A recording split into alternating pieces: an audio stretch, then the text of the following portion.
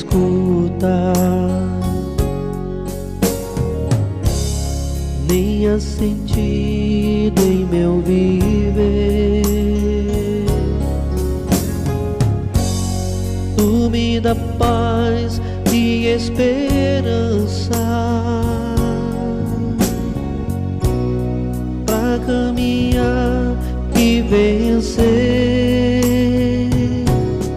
Sei que não hei de saber a razão e o porquê. Me amas tanto assim, que maravilha, maravilhas de ti.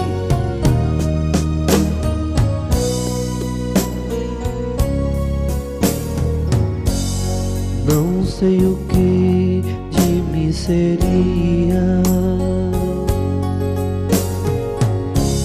sem tua mão a me guiar, pois tanto tempo já passei sem ter razão para amar. Agora hei de saber a razão e o porquê. Me amas tanto assim, que maravilha, maravilhas de ti. Que maravilha, maravilhas de ti.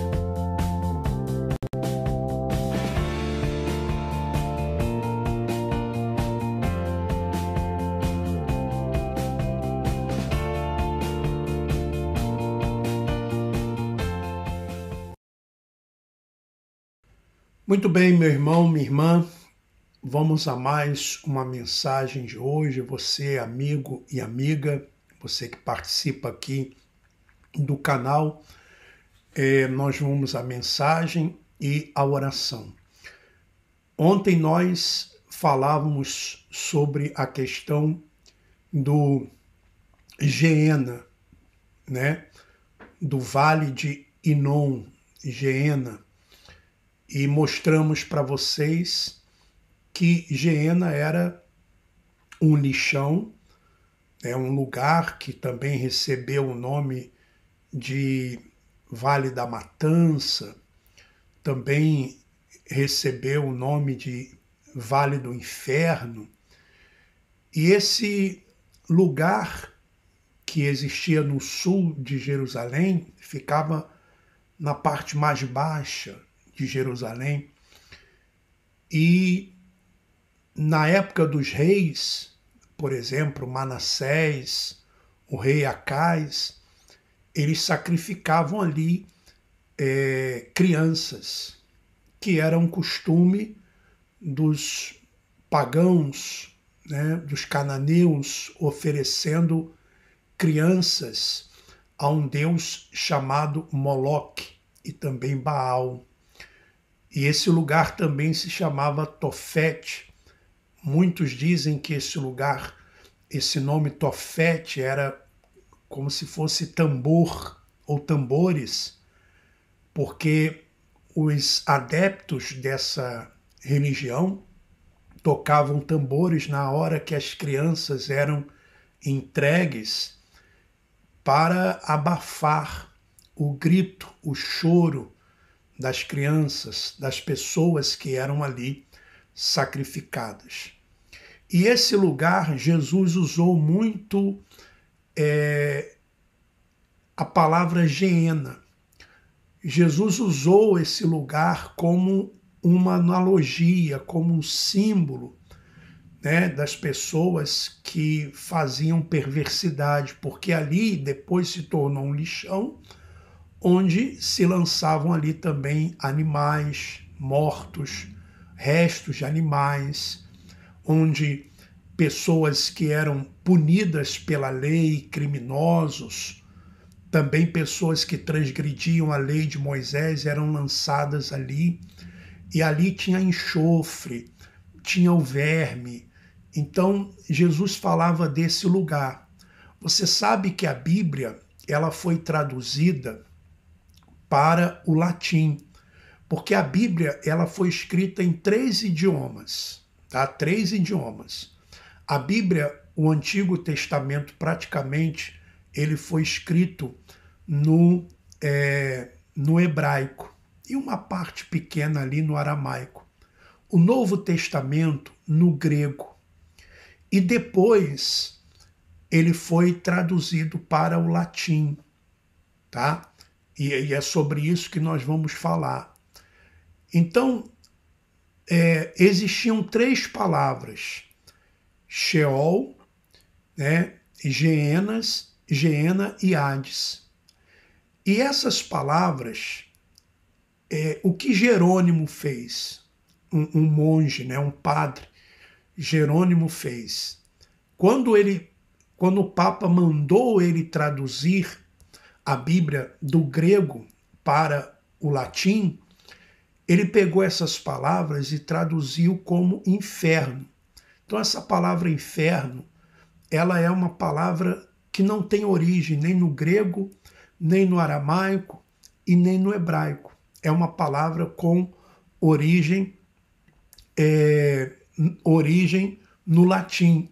E mesmo etimologicamente, a palavra inferno vem do latim inferno. Seu significado real é as profundezas ou o mundo inferior, ou seja, Sheol, que é do hebraico, né, a palavra Sheol, alguns falam Seol, entre os antigos hebreus referia-se à região dos mortos, ou mundo dos mortos, mas de maneira genérica para toda a humanidade, ou seja, era um lugar que todos os mortos iam, não apenas os que praticavam o mal, mas que iam todos na sua raiz, isso para os judeus, tá? Então significava isso, um lugar para todos. Na Bíblia hebraica, a palavra Sheol pode ser encontrada 65 vezes, referindo-se ao submundo dos mortos, retratado como algo profundo e escuro, abismo. Nela, o termo está estritamente relacionado a abismo e sepultura. Então, essa palavra Sheol queria dizer isso, abismo, sepultura, um lugar baixo, né? Então, por esses motivos, o Sheol não pode ser confundido com as regiões do purgatório ou do inferno da Igreja Romana. O Hades era uma palavra grega, tá? Eu vou explicar agora o que representava o Hades. Na mitologia grega, o Hades refere-se ao mundos ou aos mundos subterrâneos, entre os incontáveis deuses gregos da mitologia, falando Hades é o deus do mundo subterrâneo, mais especificamente o deus da morte e das forças do mundo subterrâneo. Então, como a Bíblia foi escrita, o Novo Testamento foi escrito no grego, eles colocaram essa palavra Hades. Só que Hades também era um deus da mitologia grega, tá? Então, o nome Hades também designado para a região onde ele habitava, ou seja, uma região subterrânea. Então, você vê que não tem nada a ver com esse inferno da tradição religiosa. Então, vamos lá. Somente a partir do século VI antes de Cristo, o Hades, né, foi geograficamente dividido em 3 zonas: Tártaro, Érebo e Campos Elíseos. Existem muitos bairros chamados Campos Elíseos, né? E mesmo assim, num contexto basicamente mitológico, da mitologia grega, né? Quando o mundo quitônio foi dividido em 3 compartimentos, Campos Elíseos, onde ficavam por algum tempo os que pouco tinham a purgar, como se fosse um purgatório. Érebo, residência também temporária dos que muito tinham a pagar e sofrer. O Tártaro se converteu no lugar de súplica permanente e eterno dos grandes criminosos mortais e imortais. Então veja que isso vem de uma mitologia grega também. Então vamos lá. Vou continuar, né? Vou continuar aqui. Percebam que tanto Campos Elíseos quanto o Erebus constituíam-se na residência temporária dos que tinham algo a pagar e sofrer. Portanto, a pena não era eterna. Quanto à vera origem do Tártaro, abismo insondável que se encontra sob a terra, nos poemas homéricos de Homero, isso 900 anos antes de Cristo, e também na Teogania, o Tártaro é o local mais profundo das entranhas da terra, localizado muito abaixo do próprio Hades, isto é, dos próprios infernos, lugares inferiores. Podemos constatar que na época de Homero, ou seja, 900 anos antes de Cristo, no século IX antes de Cristo, antes de ser dividido geograficamente em 3 regiões, não havia menção de que as penas fossem eternas. Então nunca se acreditou em penas eternas, que a pessoa ia pagar eternamente. Isso foi se desenvolvendo com o tempo, tá certo? Então vamos lá. Dentro do contexto de nossos estudos, a palavra Hades aparece na Bíblia hebraica traduzida para o grego, conhecida como Septuaginta, a mais antiga versão da Bíblia hebraica entre o século III, né, antes de Cristo, e o primeiro antes de Cristo, em Alexandria. Desde o século I, ela tornou-se a versão clássica da Bíblia para os cristãos de língua grega. Sabe-se que ela foi usada para diversas outras traduções da Bíblia.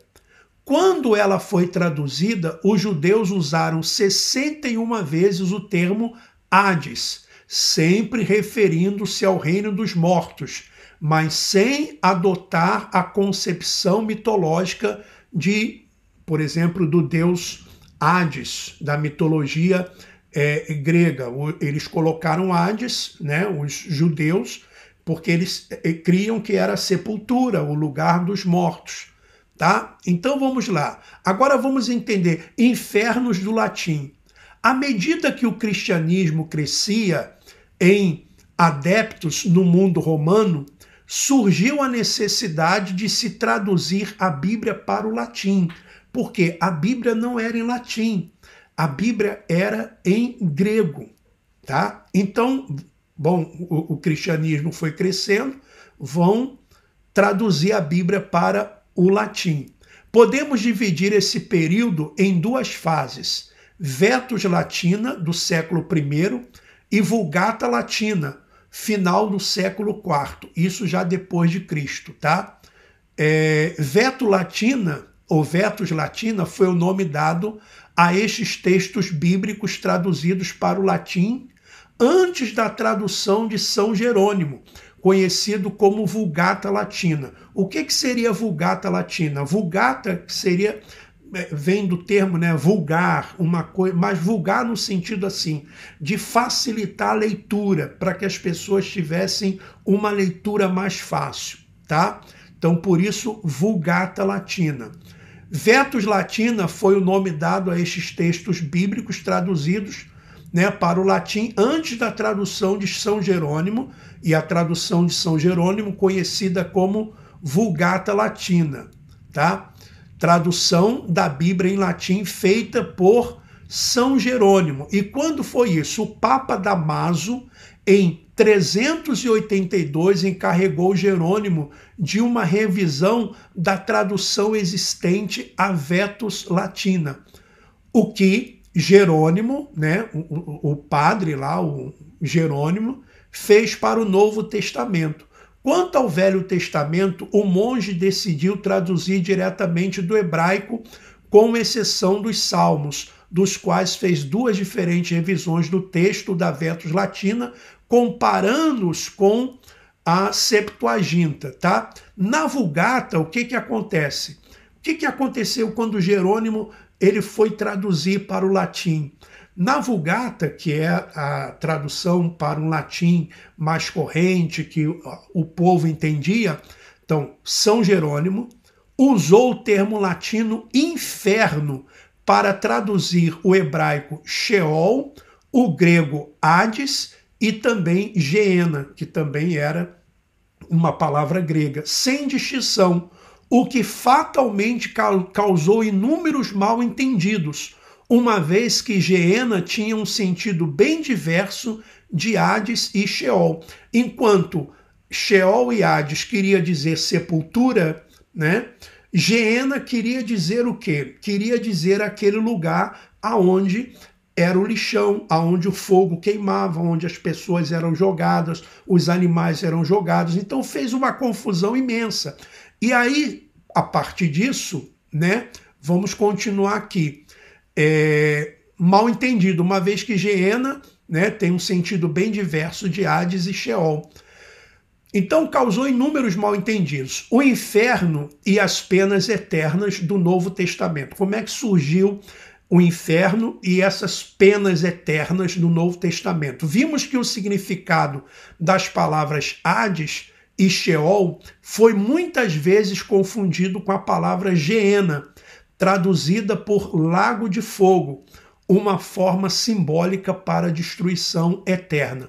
Somente no século IV começou a aparecer o conceito de condenação eterna. Então, no século IV, ou seja, 400 anos, 300 e poucos anos, entre 350 e 400 anos depois de Cristo, que começou a surgir esse conceito de condenação eterna, sobretudo com o pensamento de Santo Agostinho. Tá? Isso tudo, veja, a Igreja Romana. E tem muitos hoje que se dizem assim, não, eu sou contra a idolatria, eu tenho que pregar contra a idolatria, tenho que falar contra a idolatria, condenando a Igreja Romana na idolatria, mas não condena na criação desse mito chamado inferno. Não buscam essas questões, né? Enfim, não se preocupam com isso. E por que não se preocupam com isso? Porque da mesma forma que a Igreja Romana, naquela época, tá? Naquela época, e eu vou ler aqui para você, tá? Diz assim, qual é a opinião do desvirtuamento do conceito dessa palavra inferno, tá? Então, diz o seguinte, à medida que surgiu a formação de um clero, né, um clero religioso, no segundo século da era cristã, né, no segundo século da era cristã, 200 e poucos anos, Na igreja que Jesus não instituiu, porque não foi essa a igreja que Jesus instituiu, na verdade se tornou uma instituição, porque igreja somos nós. Então, desejoso de assumir o poder temporal, né? Então, ele achou por bem se municiar de ferramentas para controlar seus adeptos e neutralizar qualquer contestação à sua autoridade. E como sempre o foi na história da humanidade, o melhor ou a melhor ferramenta de controle era e continua sendo o quê? O medo. Por isso que você nunca vai ver, e aqui eu tenho que falar, não estou aqui me referindo a pessoas, mas sim a essa tradição, você não vai ver, por exemplo, líderes religiosos tratando desse assunto. Há que ter muita coragem e há também que ter, né, uma independência. Porque se alguém vive, por exemplo, disso, vive de dízimos, vive de ofertas, vive de sacrifício, não vai falar a verdade sobre o inferno, porque o que leva muitas pessoas a pertencerem a esses lugares ou estarem ali é justamente o medo do inferno, é o medo dos demônios. Então as pessoas, elas ficam ali, vão entregar dízimo, vão entregar casa, vão entregar carro, vão entregar isso. Bom, cada um faz o que bem entende com o seu dinheiro e cada um acredita naquilo que quiser. Mas eu digo para você, meu irmão, minha irmã, e amigo e amiga, busque, né, pesquise, se oriente para você, então, conhecer realmente a verdade. Então, o medo sempre foi, né, uma arma muito grande. Por isso, um inferno de penas eternas, com sofrimentos inimagináveis, vinha muito bem a calhar, para que nós, humanos, cheios de falhas, pudéssemos nos salvar. Havia um só meio: depender da absolvição, que só era conseguida via aos que se autodenominaram representantes de Deus aqui na Terra. Somente eles tinham a autoridade para nos livrar dessas penas, desde que seguíssemos suas determinações e aceitássemos, sem contestar, suas regras. Desta forma, surgiram todos os dogmas e o conceito de um inferno de penas eternas. Tá? Então, veja, meu irmão, minha irmã, existem várias passagens na Bíblia. Por exemplo, essas passagens que estão na Bíblia, no grego, no original, não está inferno. Mateus 5, 22 não está inferno. No original é Geena. Mateus 5, 29, Mateus 5, 30, Mateus 10, 28, Mateus 10, 28, Mateus 18, 9, Mateus 23, 15, Mateus 23, 33, Marcos 9, 43, Marcos 9, 45, Marcos 9, 47, Lucas 12, 5, Tiago 3 e 6. Lá nas Bíblias, na maioria das Bíblias, está inferno. Mas no original está Geena, que era o lixão. Aliás, vamos ler Mateus capítulo 5, a partir do versículo 22. Tá? Vamos ler aqui Mateus capítulo 5, só para você ter uma ideia do que Jesus estava falando. Mateus 5, versículo 22 em diante. Olha só o que nós vamos ler.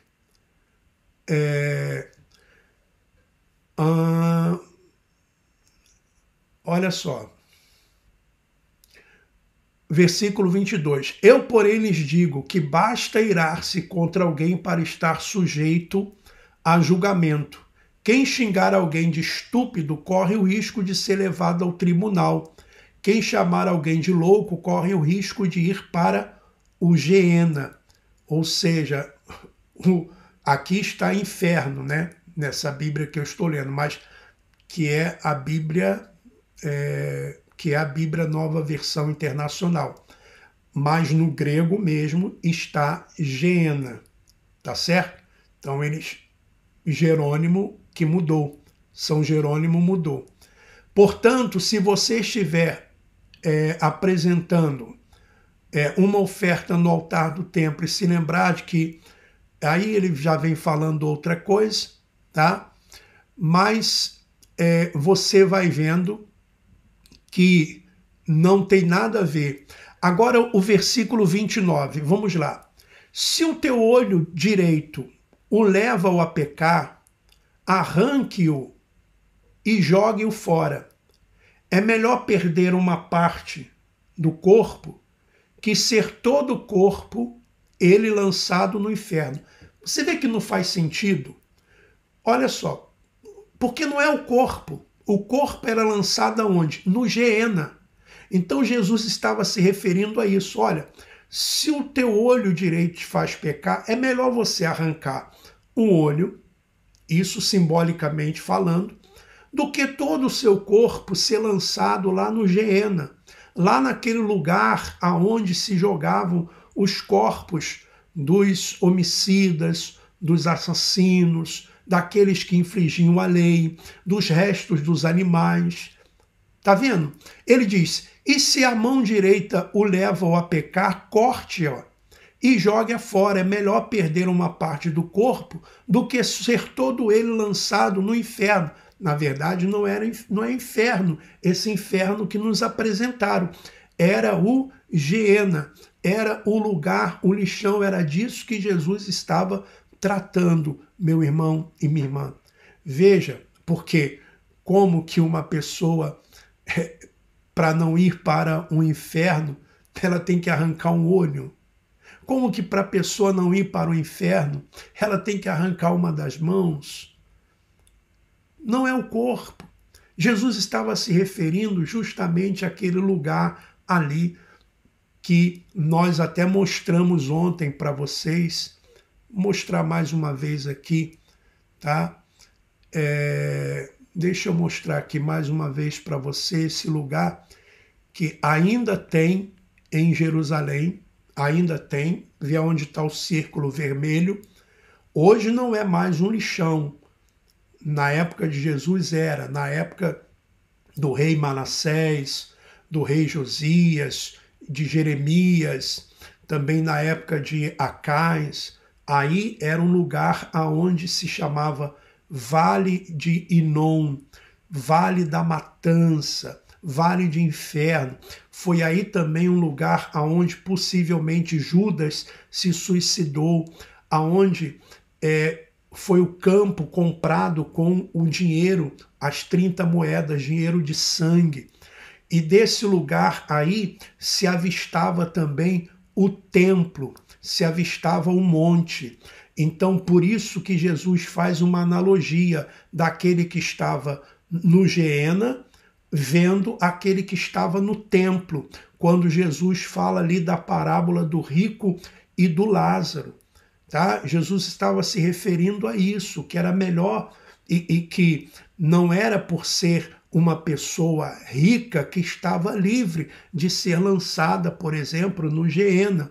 E não era por ser o fato de não ter condições econômicas, de ser uma pessoa pobre, que não poderia estar lá no monte do templo, estar lá no templo E o monte do templo era o lugar também onde Abraão foi levar o seu filho para o sacrifício e Deus não permitiu, porque Deus nunca quis sacrifício humano, nunca passou pela mente de Deus, nunca passou queimar ninguém no inferno, no fogo, meu irmão, minha irmã. Está escrito isso na Bíblia, nunca passou pela mente de Deus. Você pode ler isso lá em Jeremias, capítulo 19, versículo 3 ao 6, você pode ler também Jeremias 7, do versículo 31 ao 33, você pode ler Jeremias do capítulo 32, o versículo 35, isso nunca passou na mente de Deus, nunca passou na mente de Deus, isso foi invenção, tá? Ali na Idade Média ali, da Igreja Romana, tá? Da instituição romana. Não estou aqui querendo ir contra a fé de ninguém. Se você quiser continuar crendo dessa forma, dessa maneira, né? Tá? Você vai em frente, tá? Então, vamos fazer o seguinte. Vamos agora ao nosso momento de oração, tá? E vamos falar com Deus. E olha, eu não sei aqui, mas se você colocar aqui comentários que ofenda pessoas, que ofenda outras religiões ou qualquer coisa, eu vou tirar o seu comentário, me desculpe, tá? Nós vamos manter aqui sempre o bom andamento dos trabalhos, como se diz, tá bom?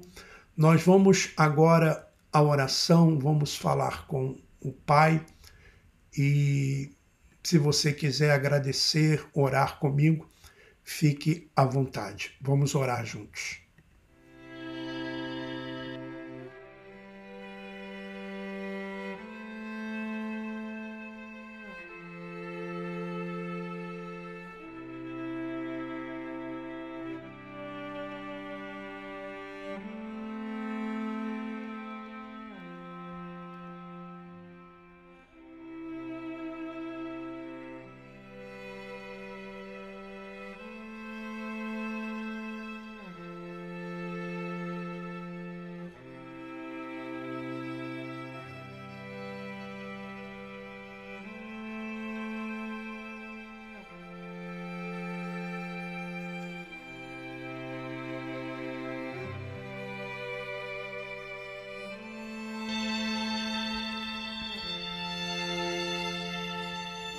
Ó Pai amado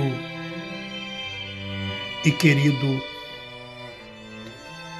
é com muito prazer,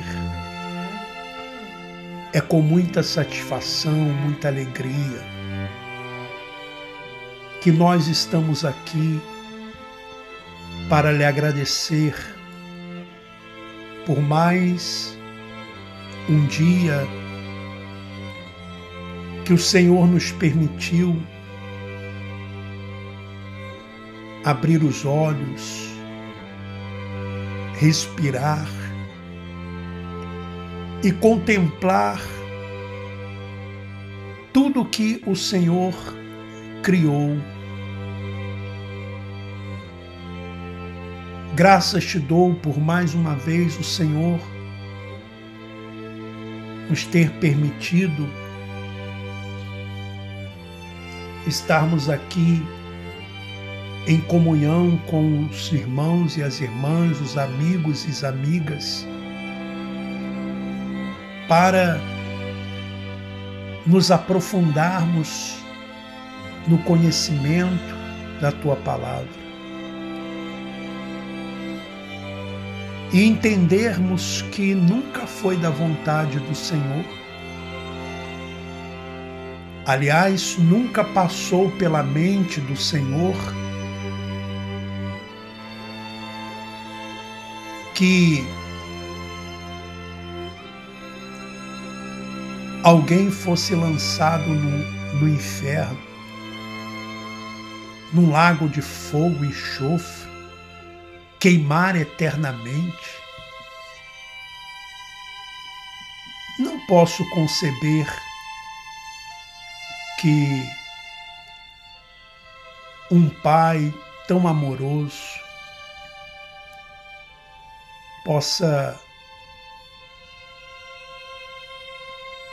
viver assim, dessa forma, dessa maneira, e ver isto como uma justiça.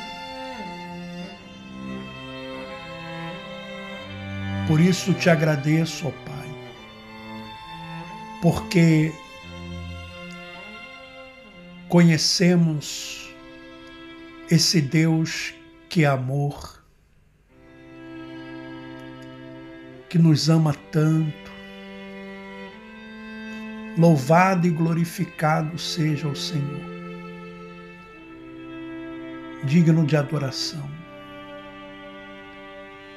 Sabe, ó Pai, Rei e Senhor, receba o nosso louvor, receba a nossa gratidão. Te amamos, te adoramos, te bendizemos. E nesse instante, ó Pai, te peço por cada amigo, por cada amiga, por cada irmão, irmã, que agora ora conosco,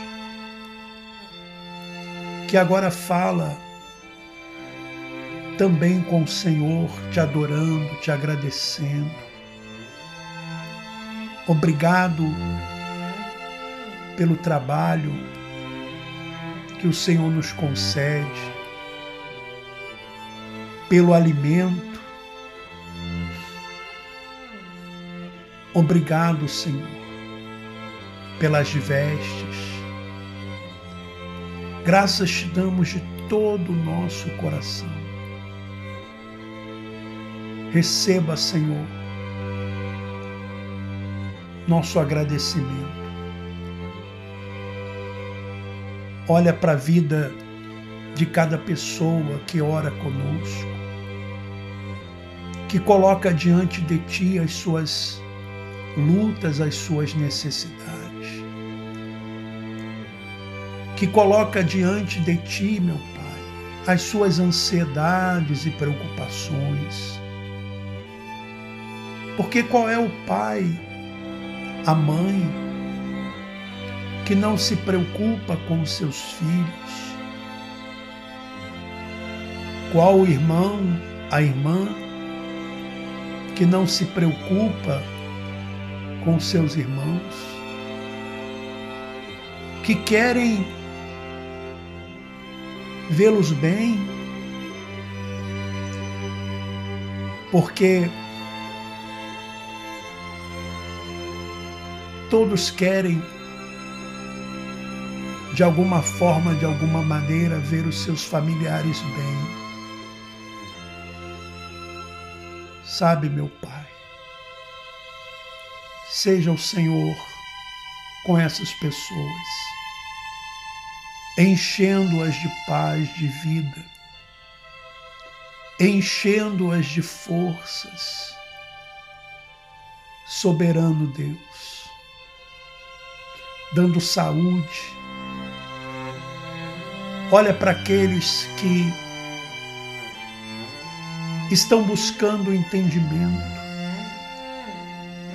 que talvez ainda estejam com os pensamentos da tradição religiosa, assim como nós também estivemos um dia. Mas graças ao Senhor que hoje temos a liberdade de pesquisar, de estudar, temos a independência de falarmos aquilo que cremos, não aquilo que está numa cartilha denominacional.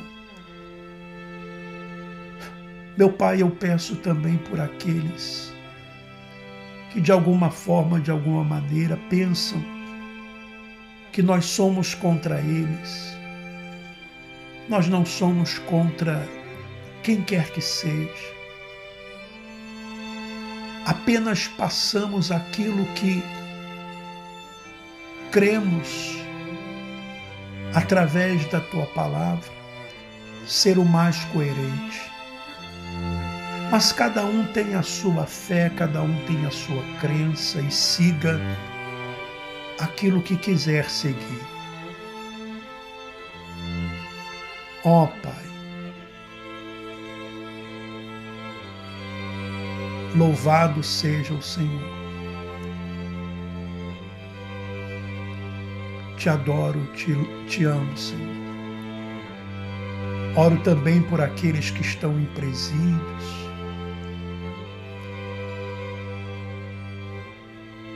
aqueles que estão em hospitais, asilos, orfanatos.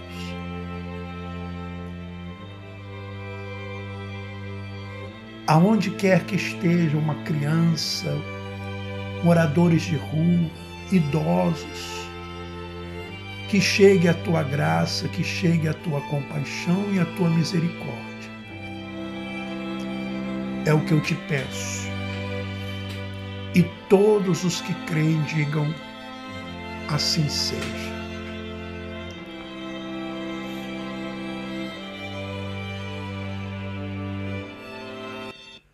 Muito bem, meu irmão, minha irmã, mais uma vez nós chegamos ao final do nosso programa. É muito bom sempre estar aqui com vocês. E olha, nesse canal aqui, nós não temos nenhum compromisso com nenhuma denominação. Eu não pertenço a nenhuma denominação religiosa. Não estou ligado a nenhuma denominação. Aqui nós fazemos um trabalho independente. Vamos lá na Bíblia, pesquisamos na história, ouvimos, analisamos sempre os dois lados, um lado que pensa assim, um lado que pensa de outra forma, e buscamos o entendimento. E aquilo que nós cremos ser o mais coerente é o que nós passamos para você. Não sou o dono da verdade, nem quero ser o dono da verdade. Aqui eu nunca vou dizer para você, faça isso ou faça aquilo. Creia dessa forma ou creia daquilo, ou daquela forma. Não. Até porque eu creio na soberania de Deus. E creio que se você é uma pessoa escolhida por Ele, independentemente do que você crer e da onde você estiver, você é uma semente boa. Você é um vaso de honra. Você é propriedade exclusiva de Deus, independente do que você crê, independente de onde você esteja. É Deus quem escolhe. Eu creio dessa forma. Eu creio dessa maneira.